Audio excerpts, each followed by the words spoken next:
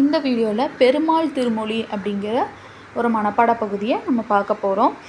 இதை எழுதினவர் யார் அப்படின்னு பார்த்தோம்னா குலசேகர ஆழ்வார் அப்படிங்கிறவர் எழுதினார். இது ஒரு மனப்பாட பகுதியாக இருக்குது, ஒரு முக்கியமான மனப்பாட பகுதியாக இருக்குது. இதுக்கும் இம்பார்ட்டன்ஸ் கொடுத்து நம்ம படித்து தான் ஆகணும். ஓகே, ஸோ இதில் இதை எப்படி ப்ரெசென்ட் பண்ணணும், இது எப்படி ப்ரொனவுன்ஸ் பண்ணணும், இதுக்கான மீனிங் என்ன அப்படிங்கிறத தான் இதை ஃபுல்லாக பார்க்க போகிறோம். இதை ஃபஸ்ட்டு எப்படி ப்ரொனவுன்ஸ் பண்ணுறது அப்படிங்கிறத பார்த்துடலாம். வாளால் அறுத்து சுடினும் மருத்துவன் பால் மாளாத காதல் நோயாளன் போல் மாயாத்தால் மீளா துயரத்திலும் வித்துவ கோட்டம்மா நீ ஆழ உணதருளே பார்ப்பன் அடியேனே அப்படிங்கிறது தான் இதனோட ப்ரொனன்சியேஷன். அகெயின் படிக்கிறேன்.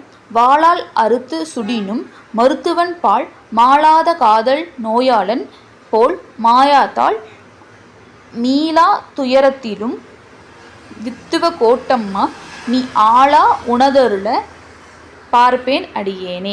இதுதான் அதனோட ப்ரொனன்சியேஷன். அதாவது இதனோட மீனிங் என்ன அப்படின்னு பார்த்தோம்னா இங்கேயே கொடுத்துருப்பாங்க.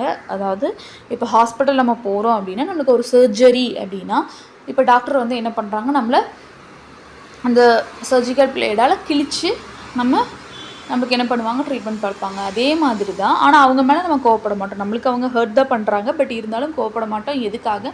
நம்மளுக்கு நன்மை தான், அந்த ஆப்ரேஷனால் நம்மளுக்கு நன்மை தான் கிடைக்குது அப்படிங்கிற ஒரு மோட்டிவேஷன். ஸோ அதே தான் இங்கேயும். இங்கே என்ன நடக்குது அப்படின்னு பார்த்தோம்னா கடவுள்கிட்ட ஒரு அடியால் வேண்டுறாரு. என்னென்னா, நீ எனக்கு எவ்வளோ துன்பம் தந்தாலும் நீ எனக்கு ஒரு நன்மைக்காக தான் அதை தர்றேன்.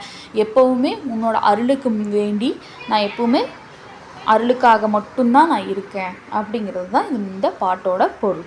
ஓகேவா? ஸோ இதுதான் அதனோட மீனிங். இதை எப்படி ப்ரெசென்ட் பண்ணணும் அப்படின்னா, ஃபார் எக்ஸாம்பிள் பெருமாள் திருமொழி எழுதுக அப்படின்னு கேட்பாங்க. அப்படி இல்லைன்னா வாளால் அறுத்து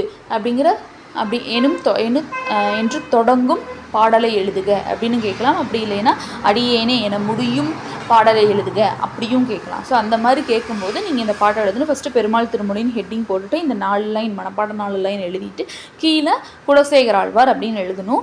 குலசேகர ஆழ்வார் எழுதாதான் ½ மார்க் கொடுப்பாங்க. பெருமாள் திருமொழி அப்படிங்கிறது ஹெட்டிங் கொடுத்தாதான் ½ மார்க் கொடுப்பாங்க. டோட்டலாக 3 மார்க்ஸ் கேட்பாங்க. 3 மார்க்ஸில் மார்க் அலாட்மெண்ட் இருக்குது. ஸோ ஆத்தர் ரைட்டிங்க்கு ½ மார்க், ஹெட்டிங்க்கு ½ மார்க்.